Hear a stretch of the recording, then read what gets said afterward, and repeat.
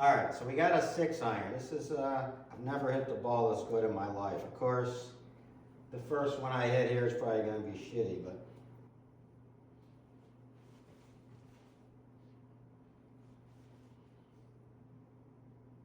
So what I'm doing, I'm addressing the ball about 15% closer to the toe than the heel, okay? I'm creating an arch in my back. So when I'm like, instead of being like this, I'm a little more like that. You want a little bit of an arch right here, okay? Nice and like you're on the edge of a swimming pool ready to jump in, kind of, but you're not back here. You have to be, okay? You want to be here, like that, okay? Knee bend, a lot of knee bend. I was not bending the knees enough before. Okay? Give blood. Okay? If you're going to give blood in a nurse's office, you wouldn't be this way, you'd be this way. This is called giving blood. That's how you want the right arm at address. All right? I'm not going to get into exactly how I do my grip, but I worked on my grip also. Okay. I've got the ball positioned off my left ear, and I also make sure I don't want to be too low. You want to have the butt of the club hitting about a little below your belly button, okay? So not down here and not up here, okay?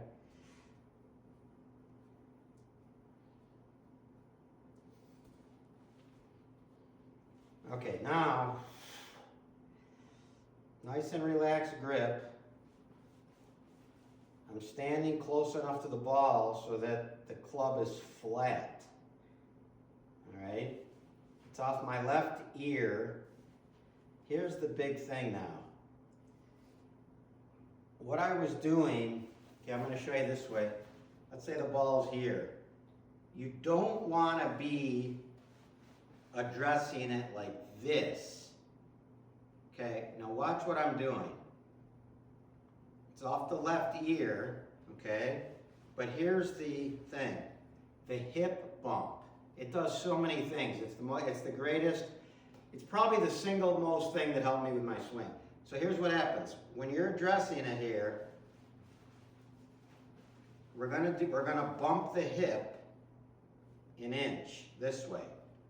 Now what that does for me, see, it helps you, it stops you from having the reverse weight shift. You want to get your weight obviously to the right side on your trail leg, right? So when you do the hip bump, watch this. It's like you already have your weight started back there. See, when you're here, you have more travel, more possibility to make a mistake. This is like a miniature version of already starting your backswing, okay? So when I'm here, can you see me?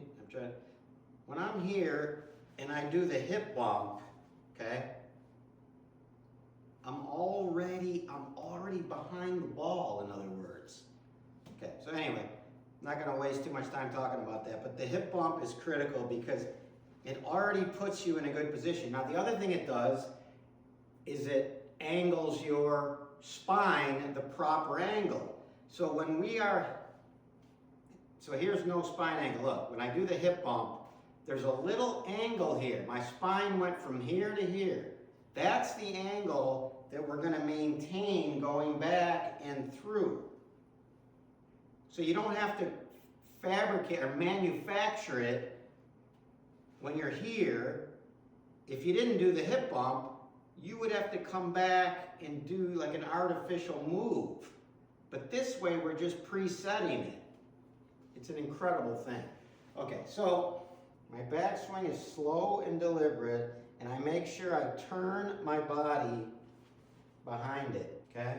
So in other words, we're not doing this reaching shit, okay? We are turning the body like this, see? Now I've had a tendency to go inside, so I want to keep the hands as much as I can over here. Now I know when I actually swing, you're gonna see a little bit of a yank, but trust me, it's way better than it used to be. So this trailing knee should not straighten up. We're not gonna go like this. We wanna keep that bent.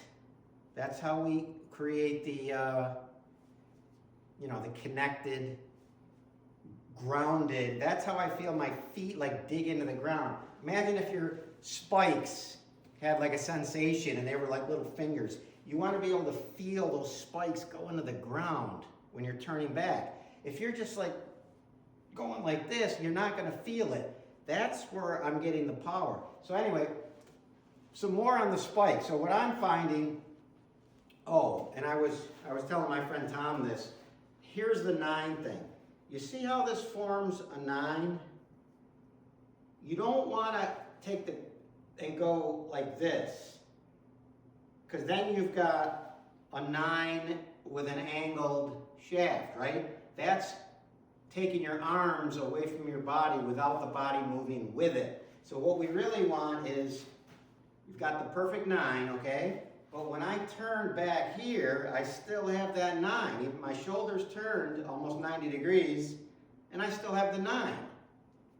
Hey, there's good position. Again, I have a little problem where I'm yanking it, but that's the idea, and better is better. So it might be something I have to work on my whole life, but the other great thing about the hip bump is if you didn't bump and you were just here on the backswing, you're forced to go into that position on the downswing, because that's where you need to be, or else you're gonna hit it back. So the hip bump already presets. It does so many things. It gets your weight back. It's presetting the hip, so when you come down, you can just come down. You're already there. See? So my problem I was doing was I was putting on the downswing, I was getting into this position. Now again, where's the 9? I want to be here, but I was here. And look at this foot. You can't see it. It was off the ground, like only my toe. So only my toe was touching the ground. I want to be more rooted. I want to be here. See? And that's what I'm feeling now. I'm feeling like I'm rooted. The spikes at impact, when I come down, my spikes are digging into that ground, and I can feel rooted to the ground. I wasn't rooted before. Huge. I mean, it's a difference between hitting it thin, shanking it, all kinds of stuff, compared to when I'm rooted and I'm murdering it. So I'm hitting the ball so good it's scary. I mean, I almost can't hit a bad shot. It's ridiculous. I mean, this is why I'm making this video, because I want to package this. I want to remember it. I want to be able to come back to it. So I'm going to give some more. Let me hit a shot. Okay, hip bump. Keep that angle. Stay rooted. Okay, go back. Okay. I mean, I can't hit it any better than that. Look, I hit the center line. I hit the damn center line, literally. Okay. Now this was a 6-iron. I carried it 164. And there's no extra funny roll there. It rolled to 175. That's a 6-iron. Did that swing look? I mean, that's the way I've been hitting it. It's just crazy. I mean, the other thing that I'm working on a little bit that's the newest thing, it seems to help, is this concept of the chicken wing. So at impact, you do not want the left to do this chicken wing thing, okay? You want to have the left arm, and also that's true for the leg. You see this this is the leading leg. You don't want that to like break down and do this. It has to provide resistance to the swing. That's what closes the club. So